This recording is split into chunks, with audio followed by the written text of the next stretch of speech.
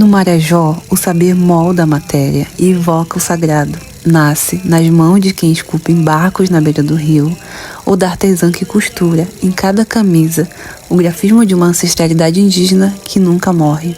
É a mesma força que canta nos terreiros de Minanagô, onde a fé cabocla se encontra. Nesse chão, a tradição é farol. Ouvir o Marajó é reencontrar a alma do Brasil. É onde nasceu o carimbó, no tempo da escravidão.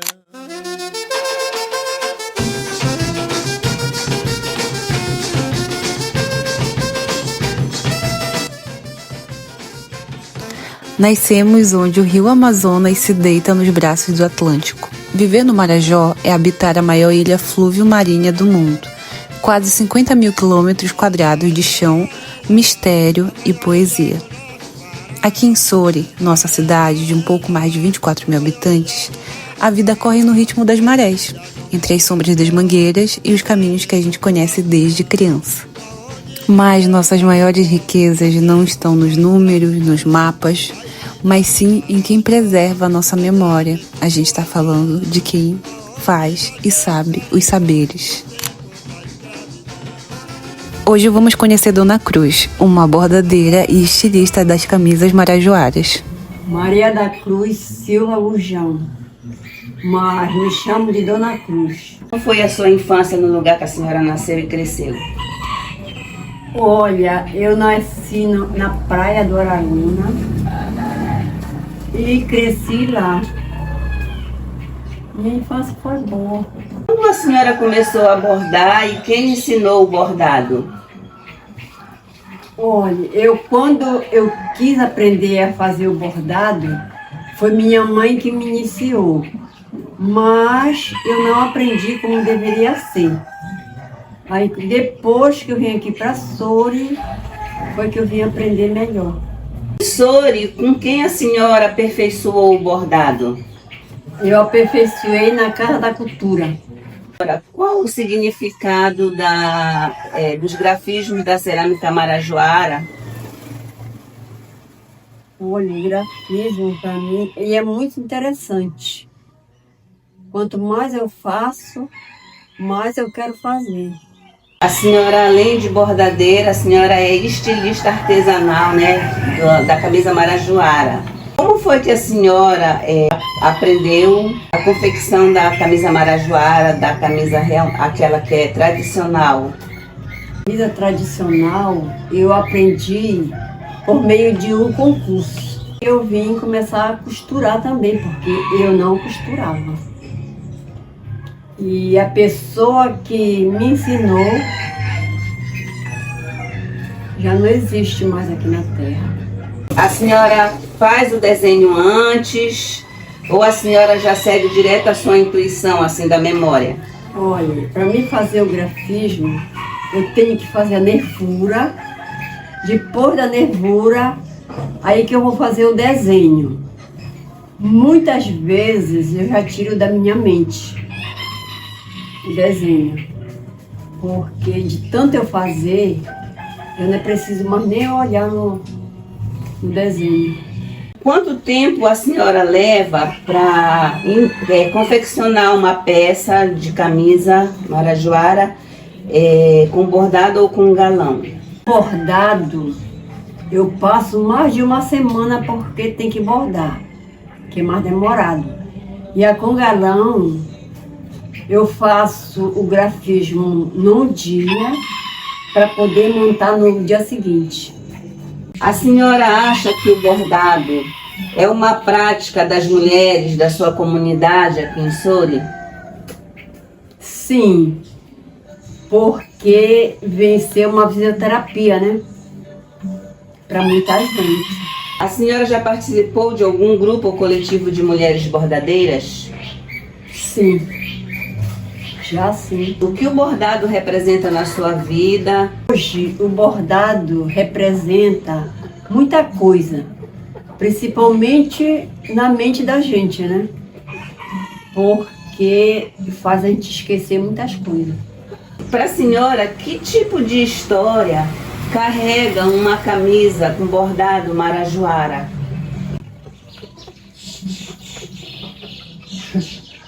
Eu acho que muitas histórias, né? Principalmente quando o pessoal vejam, gostam e se aproximam de mim para mandar fazer. Alguma história assim que aconteceu de que alguém encomendou uma camisa, se era para um momento especial, era para um evento, que a senhora acha bem legal assim de contar? Tive uma encomenda de Portugal para um rapaz que me encomendou uma camisa para um casamento. Outra foi o delegado daqui de Suri, que veio me encomendar uma também, porque ele ia participar de um casamento e queria ir de camisa marajoara. Dona Cruz, a senhora acredita que as gerações presentes, né? Essa geração nova que está agora nesse momento, que veio depois da senhora, principalmente as mulheres, têm interesse em aprender o bordado, em aprender a camisa, fazer a camisa marajoara? Eu acho que sim, porque ultimamente muita gente não está fazendo igual, mas estão fazendo, né? Estão querendo aprender. Aí, como agora teve o curso das camisas, eu vou ter que repassar esse curso dessa camisa marajoara no Sebrae. Gostaria de dizer que esta juventude são muito pouco que estão querendo aprender esse tipo de camisa, né? Porque era tão bom se todos os que fossem aprender, aprendesse. Mas não aprendem, sabe por quê? Quando eu aprendi, nós éramos mais de 10 alunas. Entre as 10, ficou eu. Porque o pessoal não se interessava. Os galões geométricos inspirados no grafismo milenário do nosso antepassado e nas cerâmicas arqueológicas transformaram a roupa em trabalho e um símbolo de resistência e se tornou patrimônio cultural e imaterial do estado do Pará em 1º de outubro de 2024. Para quem vive cercado por águas, o barco não é só um meio de transporte, é a extensão da nossa própria casa. Aqui no Marajó, os rios são nossas ruas e as embarcações o nosso espaço. A carpintaria naval artesanal é um saber que não se aprende só em livros, passa de pai para filho, da escolha certeira da madeira nativa até as curvas exatas que desafiam a força das nossas marés. Por isso, hoje a gente vai conhecer a história do Irã dos Santos. A minha profissão é carpinteiro naval, aqui eu exerço, mas eu comecei desde criança como pescador. A minha família, o meu avô, meu pai, meus tios, eles eram pescadores e carpinteiros navais. Então, quando eu era criança, eu ia para a escola, quando eu saía da escola, eu vinha para o estaleiro. Aí eu estudei, aí depois eu parei o estudo, meu pai adoeceu e eu dei continuidade. Quando eu tinha uns 18 anos, aí eu passei a trabalhar de carpinteiro naval. Aí assim, eu exerço até hoje e exerço 2 profissões. Aí os meus companheiros de trabalho aqui, também de carpintaria naval, calafate, era a mesma coisa, a profissão dos pais deles, agora eles estão na atual profissão de calafate e pescaria. A gente nos intervalos aqui a gente pesca. E no período que dá o peixe aqui no rio, que é no verão, aí a gente pesca também. É quando a gente mais pesca é no verão, quando dá o peixe aqui, que dá o coró, a sarda. Aí a gente tira o nosso sustento também desses pescados aí. Vem primeiro o carpinteiro, aí depois vem o calafate, aí depois do calafate vem o pintor. Aí o pintor, eles são aprendiz do irmão Alessandro, que é filho do seu Odir, pintor. Ele que abre os nomes aqui. E eles pintam, aí antes da pintura tem o lixador, que lixa, é o carpinteiro que lixa as embarcações tudinho, aí vem o outro, pinta, aí depois que o seu Alessandro vem para abrir os nomes. Algumas pessoas sim, outras não, porque a gente atende a demanda da pescaria. Pescadores, são mais pescadores que a gente atende, faz reforma, tudo dos pescadores. Até porque os pescadores são os nossos próprios parceiros, são os que trazem as embarcações, a gente reforma, pesca junto com eles, passa pescado para eles, né? Então são eles que são os nossos parceiros de trabalho aqui. E está ficando em extinção porque já não tem mais, está se acabando. Não tem mais jovens que venham se interessar e aprender. Muitas das vezes a gente procura, mas não acha. Eu estou com um sobrinho meu que já está um aprendiz habilitado já. E o meu filho que não quis mais estudar e veio para a profissão. Graças a Deus também já trabalha bem, tá? Mas no começo tinha bastante jovens que aprendiam, hoje já não tem mais, já não tem pessoas que estão querendo aprender, né? E a gente convida para ver se tira alguns jovens da rua, tudo, mas está ficando difícil cada vez mais. As nossas frotas têm nome, forma e tradição, além de, claro, os abridores de letra que deixam tudo mais bonito.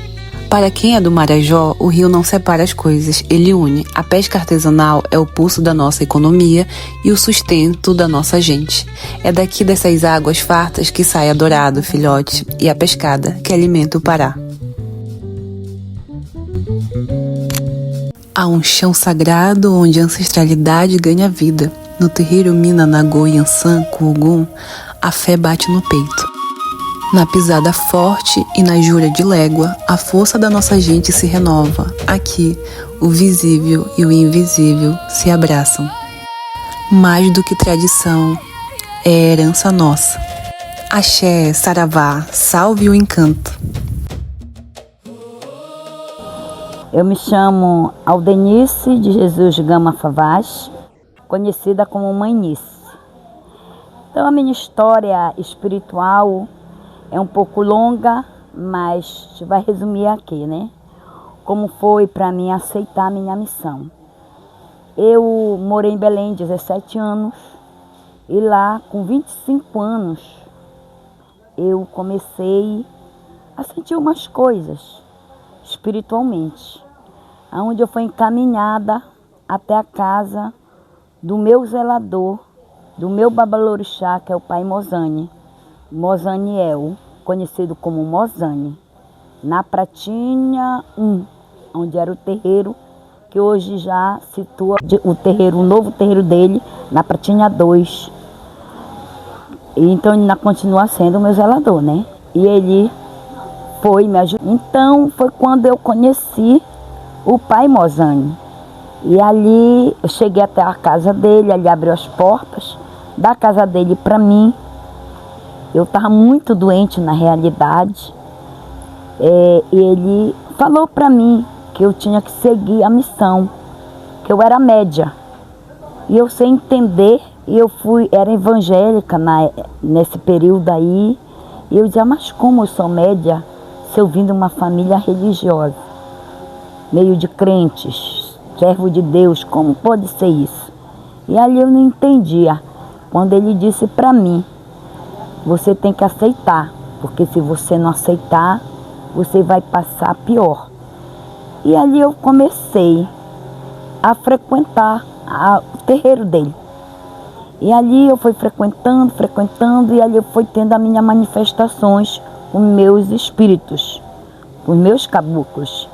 Ali foi baixou Dona Jurema, numa linha que ninguém entendia, porque nem todos os médicos, o caboclo já vem de uma forma natural, ali sabendo tudo. Tem médico, o caboclo vem como se uma criança está aprendendo a andar, aprendendo a falar, aprendendo a gatinhar, aprendendo a sentar. Então tem médicos que o caboclo já vem já desembaraçado, já desenvolvido. Em mim ainda vinha dessa forma. E ali ele foi me aperfeiçoando. Ele foi me aperfeiçoando, ele foi me ajudando, ele foi me encaminhando. Ele foi me ajudando na vida espiritual, né? E ali aceitei a seguir a minha missão. Quando eu segui a missão, as coisas foi se equilibrando, foi se ajeitando, foi pegando rumo. A minha vida carnal foi pegando rumo. Fui tendo paz, fui tendo mais alegria, fui tendo saúde, fui tendo sucesso, portas de empregos abertas, fui tendo uma vida melhor do que eu tinha, né? E ali foi se desenvolvendo a minha mediunidade.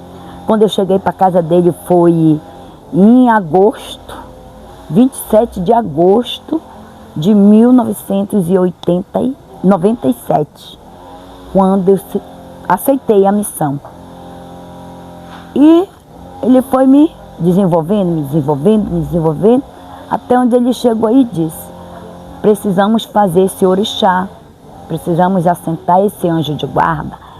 O anjo de guarda é o esteio de todo médium, ele é o central de tudo da nossa vida. Ele é o central, tem os nossos caboclos, mas o anjo de guarda ele é o central de tudo. E ali eu disse para ele: precisa disso? Ele disse: precisa, para você ter o equilíbrio melhor da sua vida. E ali eu aceitei, sem a minha família saber, porque eram evangélicos. E ali eu fui fazendo, aos poucos, fui me evoluindo, fui crescendo na vida espiritual. Foi tudo ficando bem, tudo ficando melhor para mim, tudo ficando ótimo. E ali ele foi fazendo a minha espiritualidade e assentou meu orixá. Yansan com Ogum, né, são de frente. E depois veio o assentamento dos meus caboclos. Anjo da guarda também junto com o orixá. Passei o período da temporada, que era de recolhimento, né? Que na Umbanda a gente se recolhe 3 vezes. É diferente do candomblé, é diferente do jeje, é diferente do queto, é diferente do aifá, é diferente, né? Então, a minha era Umbanda, Camina Nagô, que eu posso fazer meus trabalhos, posso abrir meu terreiro. Eu sou arborizada no branco com vermelho. Então, e ali eu fui fazendo a espiritualidade. Quando ele me disse: precisa deitar mais uma vez, mas por períodos, por tempo, né? Uma deitada atrás da outra. Não, tem o seu tempo para você voltar de novo a fazer. Aí ele disse para mim: Nice, tu será agora mãe de santo. Eu disse: ah, meu Deus, eu só queria ser filha. Ele disse: não pode, o teu orixá quer casa aberta. Eu disse: casa aberta? E sim, teu orixá quer terreiro, casa aberta. Tu precisa ser uma Ilarorixá. Eu disse: tudo bem, pai. E ali, ele passou as coisas para ser comprado e eu me recolhi. E voltei para Camarinha, depois de 2 anos de orixá assentado, para fazer a Ilarorixá, mãe de santo. E eu me recolhi. Passei 1 mês e 11 dias na Camarinha. Quando eu saí, já saí coroada com a minha chefa, Dona Jurema. Depois saí com o seu Légua. E por último, a Cabocla Maria Légua, que é minha boiadeira e trabalhadeira. E ali se foi a minha história espiritual.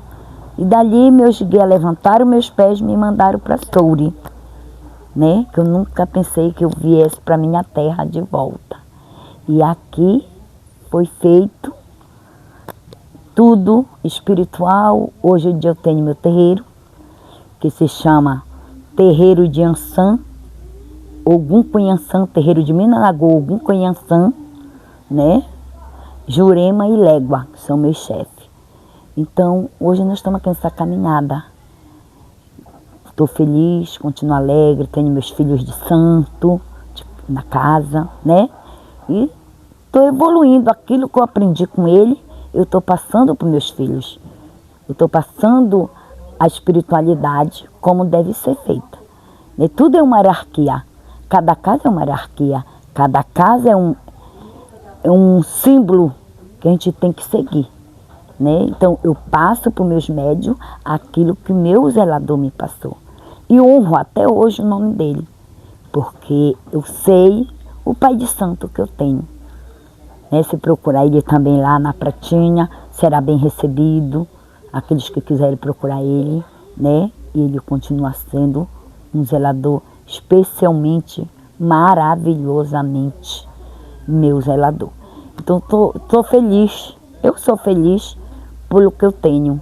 Sou grata, Pai Oxalá, por cada dia da nossa vida, por cada manhã que a gente se acorda, aos nossos orixás, aos nossos caboclos, a nossa espiritualidade, nossos ancestrais, né? Que cada dia possa nos abençoar, nos ajudar ajudar todos aqueles que precisam. E eu sou feliz. Vermelho representa a força do amor, da sabedoria e da orixá Yansan. É predominante, é coragem para te fortalecer. Representa isso, que eu sou aborizada no branco com vermelho. O que é? Pela orixá Yansan. E o branco, a par de Oxalá, né? Que também nos dá força a cada dia que passa. O vermelho, ele te fortalece, ele te empodera, ele te dá força. Porque se o teu sangue ele não tiver vermelho, ele tiver branco, o que acontece? Tá doente, né? Então, sem a cor vermelha, é a cor que ela te fortalece, é a cor da Yansan, é a cor de bravura, é a cor que te dá força para vencer a cada dia, que é a cor da minha orixá, né? E o branco que eu falei também pertence a Pai Oxalá, a paz, o amor, a leveza, a tranquilidade, abundância, tudo é um significado na vida da gente, né? Então eu posso, quer aborizada, eu posso bater para as almas, cortar para o Exum, fazer um trabalho que vai buscar outra espiritualidade, outra força. Então, e o meu Pai Santo, ele me fez muito bem, me preparou muito bem preparada. Hierarquia. A casa que não tem hierarquia não tem fundamento, né? Eu cuido muito, eu tenho muito zelo com a quaresma. É um ponto principal da minha casa. Respeitar os 40 dias de quaresma, cobrir as imagens, deixar a casa, o altar coberto, tudo ali com as obrigações, esperando o tambor da aleluia. Então é uma hierarquia, é uma parte da espiritualidade que eu aprendi com ele a respeitar, a respeitá-lo, essa parte. Onde a gente vê por aí hoje, muitos não respeitam, né? Então hoje é uma parte da espiritualidade dentro de casa que eu faço questão dos meus médios respeitarem esse dia tão poderoso, tão santo, quando Jesus, né, passou todo aquele flagelo, aquele sacrifício, né, Pai Oxalá, por cada um de nós. Então é uma parte da minha Umbanda que eu preservo todos, mas é a parte que mais eu tenho ali aquela hierarquia de respeito nesse dia. Não que eu não respeite as outras, mas é um dia mais sagrado de dentro da minha casa. Cada rosário há um sentido, cada rosário desse, aqui é de uma cabocla, que é da água, uma cabocla passa em mim. E eu senti vontade de colocar ela aqui para me conversar com você. Então cada guia desse é um significado para gente. É uma fortaleza para você, né? Para mim, como zeladora, é uma fortaleza para o meu corpo. Cada rosário desse que a gente coloca sobre a gente. Cada rosário desse tem um segredo, tem um significado. Não é verdade? E a roupa, eu vim hoje, essa aqui é minha, do dia a dia, né? E tem os dias, por exemplo, mas aleluia. A casa predomina. Sábado da aleluia, como aconteceu em março. Todos de branco. A paz, a harmonia, né? A misericórdia. O branco. E vem Ogum agora, 23, azul e branco, que você vai estar aqui, você vai ver. Então, cada ritual tem a sua maneira de a gente se apresentar com as nossas vestes. Agora tem cada casa, claro, cada um coloca a sua hierarquia, né? E a minha é essa.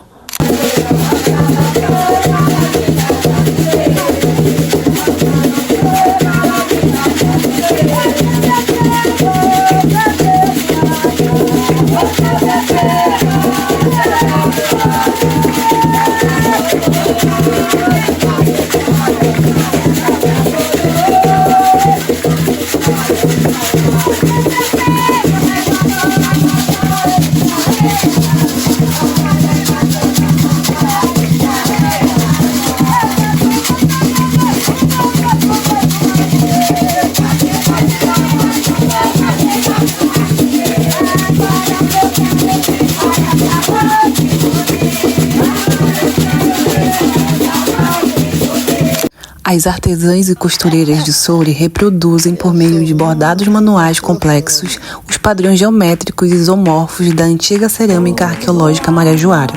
O ofício do carpinteiro naval em Soure é empírico, é transmitido por laços de parentesco, de pais para filhos. Domina-se o conhecimento botânico e físico das madeiras nativas de alta resistência à água e agentes xilófagos, como o turu, por exemplo. Na mina Nagô Marajoara, a liturgia afro-brasileira conecta-se profundamente com a linha do fundo e com os ocultos encantados. Cantar para as divindades e para os guias e curadores, incluindo a família de Légua, que traz a herança da migração e do trabalho de Codó no Maranhão, é uma prática que estrutura a saúde mental, comunitária e ritual da região. Sou uma, mas não sou só. Sou uma, mas não sou só. Sou uma, mas não sou só. Sou uma, mas não sou só. Mas não sou só mesmo. Quem fala que eu ando só, tenho em mim mais de muitos. Sou uma, mas não sou só.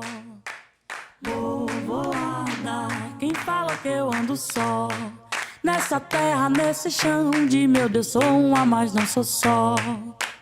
Povoada, quem fala que eu ando só, tenho em mim mais de muitos. Sou uma, mas não sou só. Sou uma, mas não sou só. Sou uma, mas não sou só. Sou uma, mas não sou só. Sou uma, mas não sou só. Mas não sou só mesmo.